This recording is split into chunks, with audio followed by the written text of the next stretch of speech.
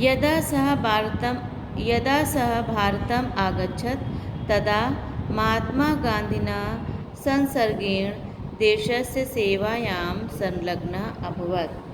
जब वह भारत लौटे, यदा सः भारतम् आगच्छत्, जब वह भारत लौटे तो महात्मा गांधी के प्रभाव में आकर संसर्गेण प्रभाव में आकर देशस्य सेवायां संलग्न अभवत्, देश की सेवा में लग गए। संलग्न मतलब लग गए।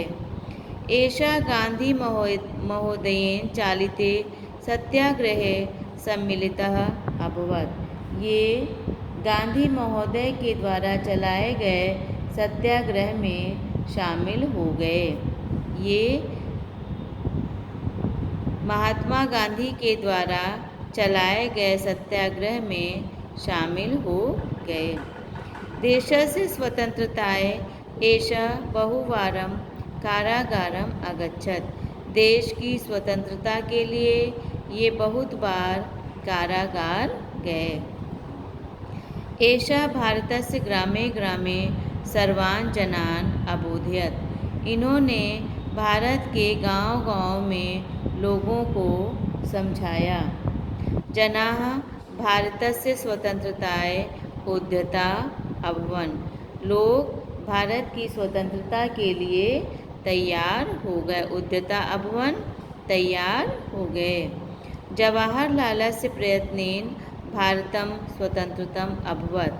जवाहरलाल के प्रयत्न से भारत स्वतंत्र हो गया।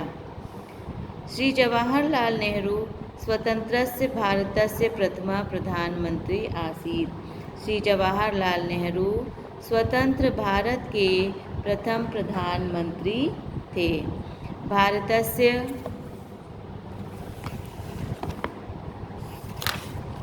हिताय श्री जवाहरलाल नेहरू जीवनम अयच्छत्। भारत की स्वतंत्रता के लिए, ठीक है, भारतस्य स्वतंत्रताय, भारत की भलाई के लिए, हिताय भलाई के लिए, भारत की हिताय भलाई के लिए श्री जवाहरलाल नेहरू ने जीवन